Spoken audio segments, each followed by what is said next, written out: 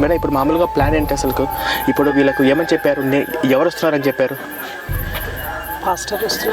Pastor వస్తున్నారని చెప్పి నన్ను ఇన్వైట్ చేశారా?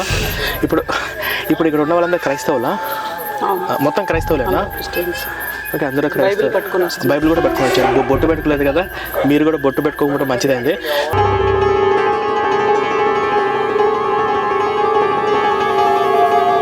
మనం ఇప్పుడు జై శ్రీరాము, హిందుత్వము వాటి గురించి చెప్పకుండా వాళ్ళకి అర్థమయ్యే రీతిలో వాళ్ళు కొంతమంది బైబిల్ పట్టుకొని వచ్చారు. వాళ్ళ చేత కొంచెం మనం బైబిల్ కూడా ఓపెన్ చేయించి చదివించి అలాంటి ఇక్కడ ఏంటంటే కొంతమందికి మా మాటలు మీకు బాధాకరంగా ఉండొచ్చు. నేను చెప్పాలనుకుంటామంటే కొన్ని మేడం ఒక్క నిమిషం ఆగండి మేడం, నేను మీకు చెప్పింది వింటాను. ఒక నిమిషం ఆగండి. మీ అందరికీ చెప్పొచ్చేది ఏంటంటే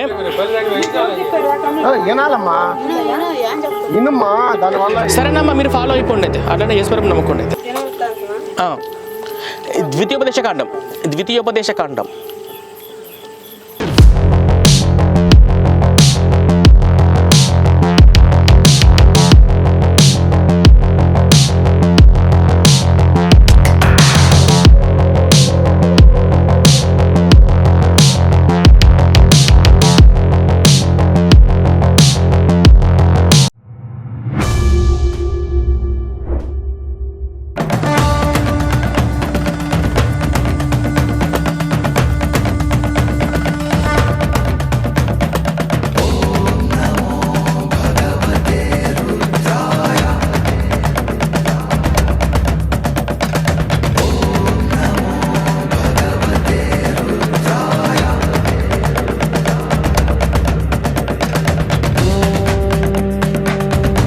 అందరికీ ముందుగా శ్రీరామనవమి శుభాకాంక్షలు. ఈరోజు ఈ శ్రీరామనవమికి ఒక ప్రత్యేకంగా స్పెషల్ ఉంది. అది ఏంటో తెలుసా? రాముడు పుట్టినటువంటి అయోధ్యలో దాదాపుగా 500 సంవత్సరాల తర్వాత అయోధ్యలో రామ మందిరం కట్టిన తర్వాత ఇప్పుడు శ్రీరామనవమి జరుపుకుంటున్నాం 500 సంవత్సరాల తర్వాత. ఓకేనా? అంటే ఈ 500 సంవత్సరాలకి మనము నిన్న మొన్నటి వరకు మనం ఎందుకు జరపలేకపోయాము అంటే అక్కడ అంతకు ముందు మసీద్ ఉంది. రామ మందిరం కూల్చేసి బాబ్రీ మసీద్ కట్టారు కాబట్టి ఆ తర్వాత మళ్ళీ మనము రామ మందిరాన్ని మనం వెనక్కి తెచ్చుకున్నాం. అంటే మనం ఈరోజు హ్యాపీగా శ్రీరామనవమి జరుపుకుంటున్నామని జరుపుకోవట్లేదా? అవునా కదా? ఎందుకు జరుపుకుంటున్నాం మీకేమైనా తెలుసా? పాకిస్తాన్ లో ఉన్న హిందువులు ఎవరైనా హ్యాపీగా శ్రీరామనవమి జరుపుకుంటున్నారా? చెప్పండి ఎవరన్నా. బంగ్లాదేశ్ లో ఉన్న వాళ్ళు ఎవరైనా హ్యాపీగా శ్రీరామనవమి జరుపుకోగలరా? అక్కడ ఉన్న హిందువులు. మన భారతదేశంలో ఉన్న మనం మాత్రము ఘనంగా జరుపుకుంటున్నాం. కారణం ఏంటి? మన హిందువులు మెజారిటీ ఉన్నారని కదా. కదా మనం ఇక్కడ సంతోషంగా శ్రీరామనవమి జరుపుకుంటున్నాం అంటే దానికి ముఖ్యమైన కారణం ఏంటంటే మనం ఈరోజు హ్యాపీగా శ్రీరామనవమి జరుపుకుంటున్నాం అంటే దానికి ముఖ్యమైన కారణం ఏంటంటే మన భారతదేశంలో అతి ఎక్కువ మెజారిటీ హిందువులు ఉన్నారు కాబట్టి. కానీ పాకిస్తాన్ లో ఉన్న హిందువులు కానీ బంగ్లాదేశ్ లో ఉన్న హిందువులు కానీ సంతోషంగా జరుపుకోలేరు. ఎందుకు? అక్కడ వాళ్ళ పర్మిషన్ తీసుకోవాలి. ఇప్పుడు మన భారతదేశంలో కూడా దాదాపుగా 219 జిల్లాలు హిందువులు మైనారిటీగా ఉన్నారు. హిందువులు మైనారిటీగా ఉన్న దగ్గర మన హిందూ పండుగలు మనం ఘనంగా జరుపుకోగలమా? జరుపుకోలేము. అది ఇప్పుడు మనం అందరము తెలుసుకోవాల్సినటువంటి అన్నిటికన్నా ముఖ్యమైన విషయం ఏంటంటే భారతదేశంలో ఉన్న అన్నిటికన్నా పెద్ద సమస్య ఏది చెప్పండి. మీకు ప్రపంచం మొత్తం మీరు గాని గమనిస్తే 152 క్రైస్తవ దేశాలు ఉన్నాయి, 53 ముస్లిం దేశాలు ఉన్నాయి. హిందువులు ఎక్కువ ఉన్న దేశం ఏది? మన భారతదేశం ఒక్కటే. మన భారతదేశం కాకుండా హిందువులు మెజారిటీ ఉన్న దేశం ప్రపంచంలో ఇంకా ఏ దేశమైనా ఉందా? ఓకేనా? అంటే అక్కడ 156 క్రైస్తవ దేశాలు ఎలా వచ్చాయి, 53 ముస్లిం దేశాలు ఎలా వచ్చాయి అనుకుంటున్నారు?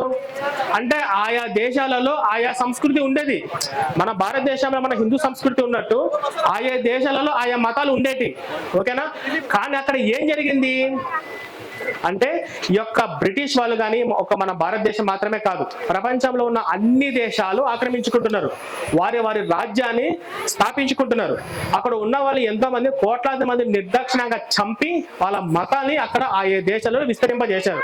కానీ మన భారతదేశం మాత్రము ఎందరో ఛత్రపతి శివాజీ కావచ్చు, నిన్న మొన్న భగత్ సింగ్, అల్లూరి సీతారామరావు కావచ్చు, వాళ్ళందరూ కూడా ప్రాణాలకు తెగించి ఈ దేశాన్ని హిందూ దేశంగా ఉంచారు. ఓకేనా? రైట్. ఇంతవరకు ఎందుకు బాగుంది.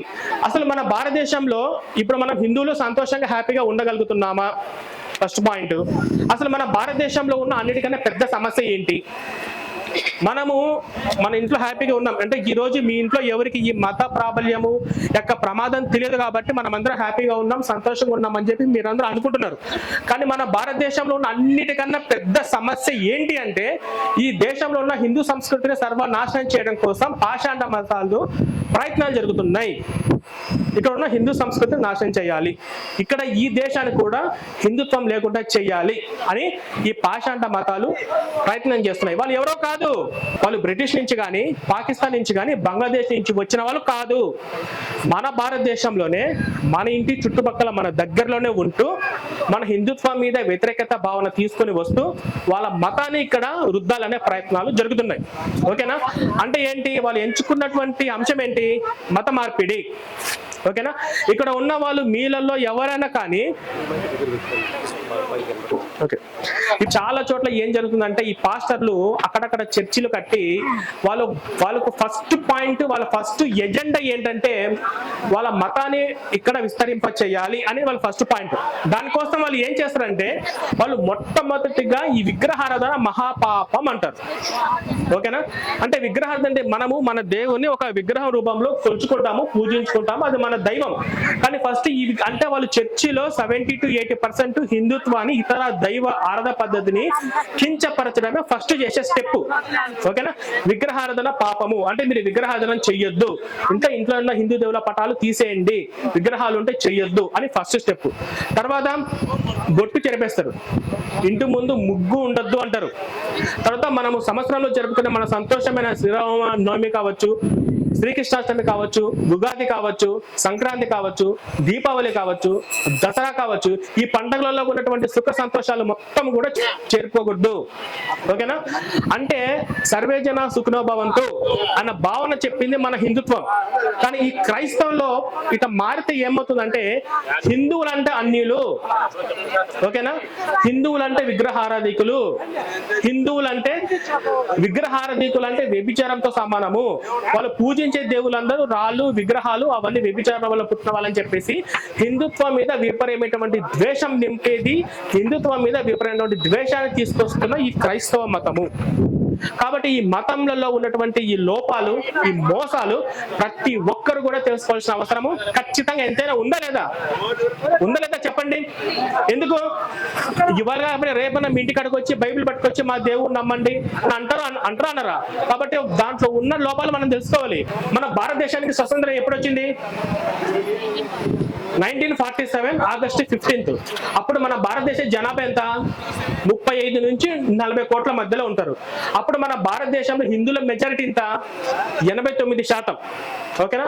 కానీ ఈ రోజు 2024 వచ్చేసరికి మనము అత్యధిక జనాభా కలిగిన దేశం మన భారతదేశం. ఓకేనా? అంటే 130 కోట్ల నుంచి 140 కోట్ల వరకు జనాభా మన భారతదేశంలో ఉంది. ఈ 140 కోట్ల మందిలో ఎంత పర్సెంటేజ్ హిందుత్వం ఉండాలి? ఏం చెప్తాడో అంతసేపు మనం వాక్యం విందాం. ఎటువంటి అబ్జెక్షన్ లేదు కదా, అందరూ దేవుళ్ళు ఒకటే కదా. సరే, రైట్, బాగుంది. వాళ్ళు మన ప్రసాదం తింటారా? వాళ్ళు ఎవరికి ఇంపార్టెంట్ ఇచ్చారు? వాళ్ళ దేవుడికి ఇచ్చారు, వాళ్ళ మతానికి ఇచ్చారు. మనం ఎవరికి ఇంపార్టెంట్ ఇస్తున్నాం? మనిషికి ఇస్తున్నాం. అవునా కదా? తప్పెవరిది? వాళ్ళది కాదు, మందే. ఓకేనా? ఈ దేశానికి ప్రమాదకరం ఎవరు? ఈ క్రైస్తవ మతము, ఇస్లాం మతం కన్నా అన్ని మతాలు ఒకటే, అందరూ దేవుళ్ళు ఒకటే, అందరూ సమానమే అనుకున్న వాళ్ళే ప్రమాదం. ఎందుకంటే వాళ్ళకి ముందు వెనక ఏమైతుందో తెలియదు కదా. ఆ మత అంటే మన ఏంటి? అన్ని మతాల సిద్ధాంతాలు ఒకటే, అందరి రకాల దేవుళ్ళు చెప్పేది ఒకటే అనే కదా. కానీ ఇక్కడ పెద్ద మిస్టేక్ ఏంటంటే ఇప్పుడు ఇక్కడ మనము రాముణ్ణి కొలుచుకుంటాం, శ్రీకృష్ణుని కొలుచుకుంటాం, నరసింహస్వామిని, ఆంజనేయ స్వామిని మనం కొలుచుకుంటాం. ఎప్పుడైనా హిందుత్వంలో రాముడు గొప్పవాడు కాదు, మా కృష్ణుడు గొప్పవాడు అని చెప్పి ఎప్పుడైనా గొడవలు వచ్చాయా హిందువుల్లో? అలా వస్తా. ఎందుకు? రాముడైనా, కృష్ణుడైనా, పరశురామని ఇవన్నీ కూడా శ్రీ మహావిష్ణువు తీసుకున్నటువంటి దశావతారాలు. ఏ దేవుడైనా ఒకటే, అన్ని కూడా అవతారాలు. అవునా కదా? కానీ వాళ్ళు యేసుప్రభు ఒక్కటే దేవుడు అంట, ఆయన తప్ప వేరొక దేవుడు లేడంట. ఇప్పుడు మా దేవుడు మంచోడు, ప్రాబ్లం ఏం లేదు. మా దేవుడు మంచి పనులు చేశాడు, ప్రాబ్లం ఏమి లేదు. మా దేవుడు తప్ప వేరొక దేవుడు లేడు. మా దేవుడే నిజమైన దేవుడు అంటే మేము మనం పూజించే దేవుళ్ళందరూ ఎవరు? సిగ్గుందారా అని మనం ప్రశ్నించకూడదా? కాబట్టి ప్రతి ఒక్కరు కూడా ప్రశ్నించాలి. ఇప్పుడు మన హిందుత్వాన్ని కించపరుస్తూ రాముణ్ణి, కృష్ణుని, హిందూ దేవుళ్ళను రాముణ్ణి, కృష్ణుని తప్పు పట్టడం అనేది ఈ రోజు పాస్టర్లకు చాలా మంది. నేను మీకు చెప్పొచ్చేది ఏంటంటే, మీరందరూ హిందువులు అవ్వడం వల్ల చాలా బాగుంది, సంతోషం, ప్రాబ్లమే లేదు. కానీ మన హిందుత్వాన్ని దూషిస్తూ, మన రాముణ్ణి అవమానిస్తూ, ఇవన్నీ చూస్తూ మీరు ఇట్లానే మౌనంగా కూర్చుంటే మీరు హిందువులైనా వేస్టే అంటారు. అవునా కదా? మన తల్లి లాంటి మన అమ్మని తిరిగితే మనం ఊరుకుంటామా? మన తల్లి లాంటి మన ధర్మాన్ని తిరిగితే మనం ఎందుకు ఊరుకోవాలి? అది కూడా మన ఇంటి దగ్గరకు వచ్చి, ఇక్కడికి ఈ గ్రామాలలో ఎప్పుడు పాస్టర్లు రాలేదా? పాస్టర్లు ఎప్పుడు మత మార్పిడి చేయడానికి రాలేదా? వస్తారు కదా. వాళ్ళు వచ్చి ఏమని చెప్తారమ్మా వచ్చిన తర్వాత? చెప్పండి ఇది పైకి చెప్పండి. ఏంటమ్మా? మా దేవుళ్ళకి చేరండి అంటారు.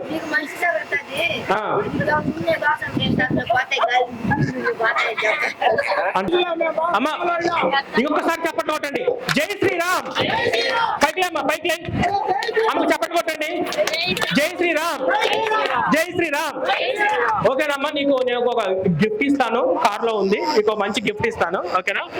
ఇప్పుడు మన హిందుత్వాన్ని ద్వేషిస్తూ, అవమానిస్తూ మన మతంలోకి మారండి అని ఎవరన్నా వస్తే మీరు ఎవ్వరు కూడా మౌనంగా ఉండొద్దు. మనము వాళ్ళ బైబుల్, వాళ్ళ దేవుళ్ళని ప్రశ్నించాలి. ఇప్పుడు ఆవిడ ఎలాగైతే ప్రశ్నించిందో మీరు కూడా అలాగే ప్రశ్నించాలి. అది ఫస్ట్ మీరు అందరూ మైండ్లో పెట్టుకోండి. అసలు నేను ఎవరనుకుంటున్నా మీరు చెప్పండి, నేను ఎవరు? ఇప్పుడు నా వయసు 31 సంవత్సరాలు. నేను పుట్టింది క్రిస్టియన్లోనే పుట్టాను, క్రిస్టియన్లోనే పెరిగాను. నేను క్రిస్టియన్ మ్యారేజ్ చేసుకున్నాను. నేను 26-27 సంవత్సరాల వరకు కూడా నేను ఎప్పుడు గుడికి వెళ్ళడం అంటే తెలియదు, బొట్టు పెట్టుకోవడం అంటే ఏందో తెలియదు, అసలు హిందూ పండుగలు అంటే ఏందో నాకు తెలియదు, అసలు హిందూ గ్రంథాల గురించి ఏందో నాకు అసలు తెలియదు. మొత్తం అది క్రైస్తవ జీవితమే. నా పేరు కూడా చర్చిలోనే పెట్టారు. ఇలాగా నాకు చిన్నప్పటి నుంచి పాస్టర్లు చెప్తున్నటువంటి బోధనలు కానీ, చిన్నప్పటి నుంచి పాస్టర్లు చేస్తున్న చేస్తా కానీ నాకు ఎన్నోసార్లు డౌట్ వచ్చింది. నాకు ఇప్పుడు బీటెక్ సివిల్ ఇంజనీరింగ్ కంప్లీట్ అయిపోయింది. నేను ఇంటీరియర్ డిజైనింగ్ సాఫ్ట్వేర్ కూడా జాబ్ చేశాను. నేను బైబిల్ మొత్తం క్షుణ్ణంగా పరిశీలించినప్పుడు కానీ, బైబిల్ చదివినప్పుడు కానీ, ఒక దేవుడు కానీ, ఒక దేవుడికి ఉన్న లక్షణాలు కానీ అసలు ఈ బైబిల్ ఎక్కడ నాకు కనపడలే. ఏంటి అంటే జ్ఞానం కానీ, దైవ లక్షణం కానీ ఇవి ఏవి చర్చిలో చెప్పరు. ఓకేనా? ఇప్పుడు మీరు ఎప్పుడైనా విన్నారా చర్చిలో కానీ, అట్లీస్ట్ మీరు టీవీలలో కానీ, ఏదైనా పాంప్లెట్లో కానీ, మన కోసం ఆయన యేసయ్య ప్రాణం ఇచ్చాడు, మన పాపల కోసం ఆయన చచ్చిపోయాడు అని అంటుంటారు కదా? మీరు విన్నారు కదా? ఇప్పుడు నాకు ఒక డౌట్, నాకు అర్థం కాలేదు. ఇప్పుడు మీ పేరేంటమ్మా? మీ పేరు? రమ్య.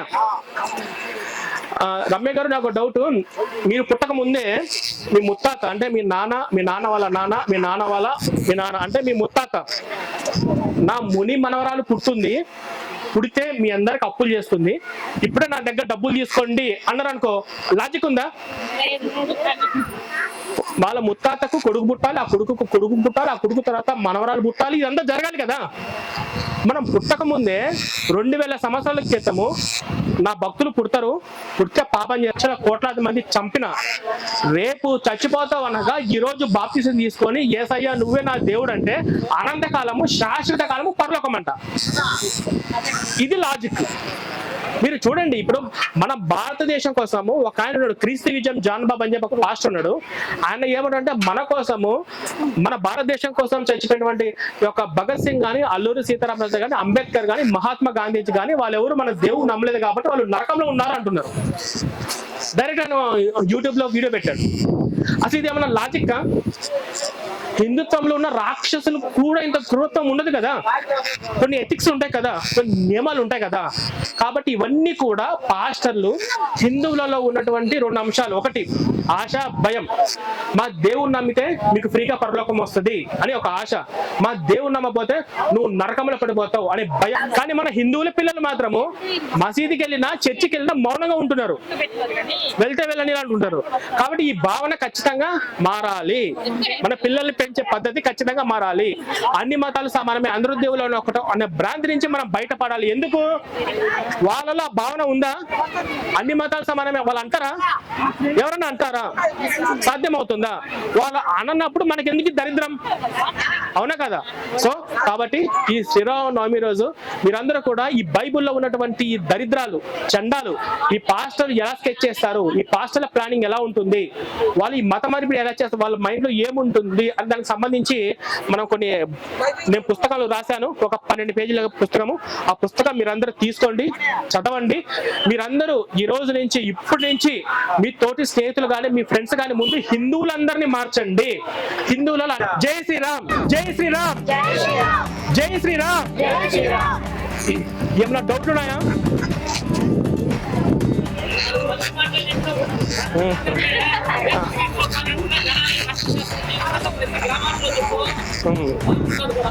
తప్పకుండా. ఓకే, అది ప్రవీణ్ గారి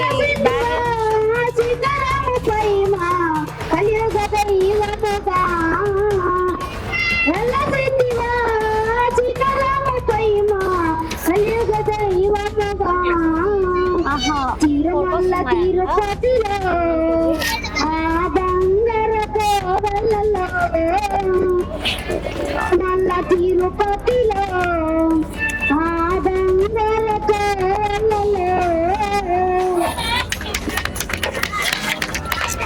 ఒక నిమిషం ఉండమని చెప్పు. ఫస్ట్ వాళ్ళ గురించి మర్చిపోతున్నారు. బొమ్మలో చూపిస్తే ఈ ఎవరని అడిగే పరిస్థితి అయిపోయింది.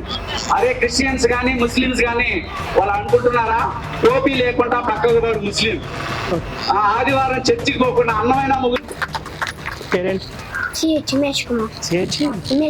ఇవ్వండి. భూమేష్ కుమార్ నుంచి నా తరపు నుంచి ఒక చిన్న గిఫ్ట్ ఇస్తున్నాను. హాస్టల్ ప్రశ్నిస్తావా? వస్తే ఎంత చదువుకున్నావు?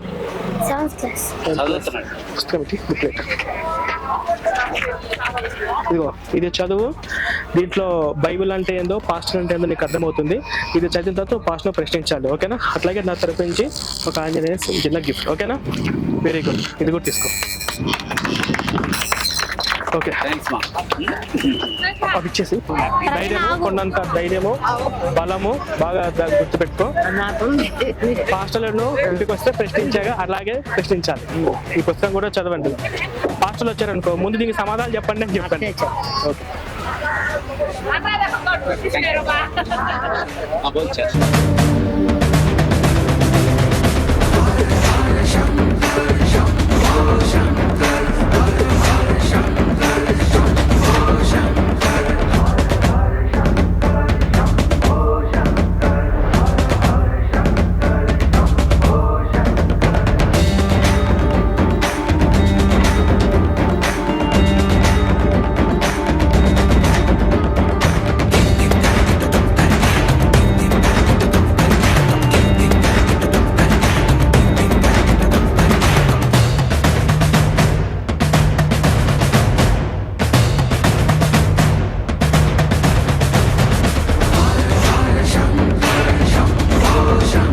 మన హిందువులలో సెక్యులర్ అనే మత్తు వదిలిపెట్టాలి. సెక్యులర్ అనే మత్తు వదిలిపెట్టే విధంగా వాళ్ళకు మనం వాళ్ళు ఏం లేదు, జస్ట్ వాళ్ళతో మాట్లాడి సరిపోతుంది. క్రిస్టియన్స్ ఎవరన్నా మన ప్రసాదం తింటారా, మన గుడికాడికి వస్తారా, మనకెందుకు దరిద్రం అంతే, చాలా అర్థమైపోతుంది. మనం చేయాల్సిందంటే హిందువులను కట్టర్ హిందువులుగా మార్చేస్తే చాలు. మనకు ఉద్యోగాలు ఉంటాయి, చాలా పనులు ఉంటాయి. మనం ఎన్ని పనులు ఉన్నప్పటికీ కూడా మనము మన తోటి పాటు మన చుట్టుపక్కల ఉన్న వాళ్ళు మనకి ఎంత వీలైతే అంత మందిని ఈ సెక్యులర్ అనే మత్తులోంచి బయటకు తీసుకొస్తే చాలు. నెమ్మదిగా వాళ్ళను తీసుకురావచ్చు బయటికి. చాలా కష్టపడుతున్నట్టున్నారు, చాలా సంతోషం. మిమ్మల్ని కలవడం కూడా హ్యాపీగా రావడం చాలా సంతోషం అనిపిస్తుంది. అంత దూరం హైదరాబాద్ ఎక్కడ పర్లేదు, మిమ్మల్ని కలవడం కూడా నేను చాలా అదృష్టంగా భావిస్తున్నాను. ఇన్స్పిరేషన్ తో మీరు చాలా మంది ఉన్నాయి, అందరికీ చూస్తున్నాను, ఉన్నతి ఫాలో అవుతాను. నేను తిరగలేకపోయినా కనీసం సోషల్ మీడియాను నేను ఒకటే చెప్తాను, మనం తిరగలేము. మీలాంటి ఇన్ఫ్లుయెన్స్ 10 మందికి షేర్ చేపిస్తే వాళ్ళకి ఇన్కమ్ జనరేట్ అవుతుంది, వాళ్ళు ఇంకా కొంచెం యాక్టివ్గా పని చేస్తారని చెప్పి నాకు దొరికిన కల్లా షేర్ చేయించి అదే సబ్స్క్రైబ్ చేయించి చేసేటువంటి మనం ఈ విధంగా అయినా సపోర్ట్ చేయాలి కదా. మనం చేయలేం, చేసేవాళ్ళం.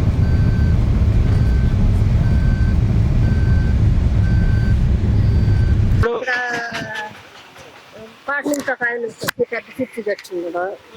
మాలాడలో ఒక చర్చి పెద్ద చర్చి ఉంది. అంటే వాళ్ళు చర్చిలు కట్టేమన్నా మా చర్చికి రండి అని చెప్పి మిమ్మల్ని ఇప్పుడు చెప్పారా, అడిగారా చర్చికి రండి అని? మేము బాగా చర్చి అంటే మిమ్మల్ని అడిగారుగా? అంటే జస్ట్ అడిగారా వచ్చి మా చర్చికి రండి? మమ్మల్ని ఎవరు అడగలేదు. అంటే మత మార్పిడి ఇంకా స్టార్ట్ అవుతుంది. అంటే అక్కడ మొత్తం ఎన్ని చర్చిలు ఉన్నాయి మీ ఊర్లో? 7 ఒకటి అంతే 4 చర్చిలు ఉన్నాయి. 4 చర్చిలు ఉన్నాయి ఒక ఊర్లో. ఏ ఊరు మీది? మెట్టు. మొత్తానికి అయితే మన హిందువులోనే ఉంటారు కదా, వాళ్ళ మాటలు చర్చికి వెళ్తారా? ఎప్పుడు మేము బాగా ఎప్పుడు పోలేదు కదా? పోవాలనుకుంటున్నారా? రాండి బాగా అయిపోద్ది అని పిలిచారనుకో పోతారా వద్దనుకుంటారా?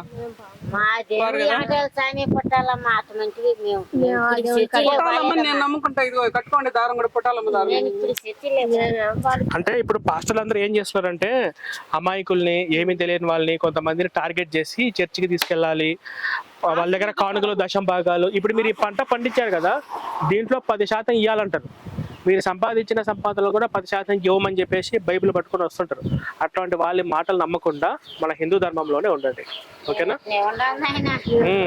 అట్లాగే మీరు కూడా మీ పిల్లలు చర్చికి వెళ్తున్నారు. ఓకే అండి, ఇప్పుడు మొత్తానికైతే ఇది తిరుపతి జిల్లా నాయుడుపేట మండలం తిమ్మన్నపూడి గ్రామంలో ఇప్పుడే మనం మీటింగ్ కంప్లీట్ చేసాము. సో ఇక్కడ అన్నిటికన్నా అదృష్టం ఏంటంటే ఇక్కడ ఉన్న వాళ్ళందరూ కూడా చాలా స్ట్రాంగ్ గా ఉన్నారు. కాకపోతే అప్పుడప్పుడు ఈ పాస్టర్లు వచ్చి మత మార్పిడికి ప్రయత్నించారని తెలిసింది, కానీ అక్కడ వాళ్ళు ఎవరైతే అడ్డుకోలేదు. ఒక ఆవిడైతే అడ్డుకుంది, ఇంకొంతమంది కూడా అడ్డుకున్నారు. కాకపోతే అక్కడ ఉన్న వాళ్ళు ఎవరికి కూడా బైబుల్లో ఉన్నటువంటి లోపాలు పాస్టర్ గురించి అయితే అక్కడ ఎవరికి తెలిసినట్టయితే లేదు, అంటే తెలిసే ఛాన్సే లేదు. ఎందుకంటే అక్కడ క్రైస్తవం కూడా కొంచెం తక్కువే. కాబట్టి ఇప్పుడు ఆ పాస్టర్లందరూ కూడా ఇప్పుడు ప్రశ్నించే విధంగా అక్కడ వాళ్ళు మనం తయారు చేశాము. మంచి మీటింగ్ అయితే పెట్టాము. ఈ మీటింగ్ ఏర్పాటు చేసినటువంటి శివాలి మేడం గారికి, అట్లాగే రమణ సార్ గారికి నేను ప్రత్యేకంగా థ్యాంక్స్ చెప్తున్నాను. సో మీ మాటలు మీరు చెప్పండి మేడం ఈ మీటింగ్ గురించి. ఇక్కడ ఎక్కువ మంది వరకు హిందువులే బాగా గట్టిగానే ఉన్నారు. క్రిస్టియన్స్ అయితే తక్కువ మందే ఉన్నారు అనుకుంటున్నాను. ఓకే, పర్లేదు. అట్లాగే మన రమణ సారు ఒక్కరు చాలండి. రమణ సార్ లాంటి వారు ఒక్కరు ఉంటే వాళ్ళు 100 మంది కాదు 200 మంది పాస్టర్లు ఒకటేసారి వచ్చారు. ఇప్పుడు మగధీర సినిమాలో రామ్ చరణ్ డైలాగ్ చెప్తారు కదా, ఒక్కొక్కరిని కాదు షేర్ ఖాన్ 200 మంది పాస్టర్లు ఒకటేసారి పంపించు అన్న కూడా ధైర్యంగా ఒక్కడే ఎదుర్కొంటాడు. ఆల్రెడీ ఈ సారు ఎదుర్కొన్నటువంటి కొన్ని వీడియోలు మన వేకప్ ఛానల్ కూడా ఉన్నాయి. ఇలాంటి వారు ఒక ఊరికి ఒక్కరుంటే చాలు, ఈ మత మార్పిడి ఆగడాలనేది అడ్డుకట్టబడుతుంది. ఇప్పుడు సార్ మాటలో విందాం. చాలా సంతోషం అండి. అంత దూరం నుంచి వచ్చి మీరు చేసేటువంటి ఈ కృషికి చాలా సంతోషం, అందరూ ఆనందిస్తున్నాము. ఇక్కడ తిరుపతి జిల్లా కోట మండలం తెన్నిల్పూడి గ్రామంలో మీరు వచ్చి చేసిన తర్వాత వాళ్ళందరూ కూడా ఇన్స్పైర్ అయ్యి ఇంకా మన ధర్మం కోసం పోరాడేదానికి ముందుకు వస్తున్నారు చాలా మంది. మీరు ఇచ్చినటువంటి సందేశం కానీ మీరు చెప్పినటువంటి మాటలు కానీ చాలా బాగున్నాయి, అందరిని ఆకట్టుకున్నాయి. కాబట్టి ఇదే విధంగా రాష్ట్రం మొత్తం, దేశం మొత్తం ప్రయత్నిస్తే బాగుంటుందని మా కోరిక. ఓకే, థ్యాంక్ యూ సార్, మంచి వాల్యుబుల్ మాటలు చెప్పారు. అట్లాగే మనం హైదరాబాద్ నుంచి వచ్చాము. తను ఆడపిల్ల అయిన రసజ్ఞ కూడా తను కూడా సాహసం చేసి వచ్చింది. రసజ్ఞ, మీరు మాటలు చెప్పు. Okay, first of all thanks for Shivali అక్క అండ్ రమణ గారు, మమ్మల్ని చాలా బాగా రిసీవ్ చేసుకున్నారు. అండ్ ఇక్కడ వచ్చి నేను అబ్జర్వ్ చేసింది ఏంటి అంటే, మేము వెళ్ళిన విలేజ్లో హిందువులు చాలా గట్టిగా ఉన్నారు. అది కొంచెం సాటిస్ఫాక్షన్ అనిపించింది.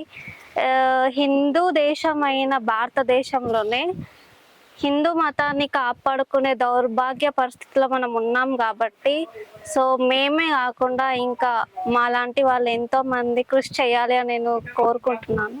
Okay, thank you so much. Okay అండి, ఈ వీడియో ముగించే ముందు ఖచ్చితంగా ఛానల్ సబ్స్క్రైబ్ చేసుకుని పక్కన బెల్ కూడా మీరు యాక్టివేషన్ చేసి పెట్టుకోండి. ఇంకా మీరు నాకు ఎంతో సపోర్ట్ చేస్తే, ఇంకా మీరు నాకు ఎంతో ప్రోత్సాహం చేస్తే ఇటువంటి మీటింగ్లు మాకు శక్తి మేరకు ప్రతి గ్రామంలో, ప్రతి విలేజ్లో పెట్టేందుకు కూడా మేము ప్రయత్నం చేస్తాము. Okay, thank you so much. Life is a dream and love's a drug. Oh, now I think I must be my user. When I was a river, tried up, it came to end.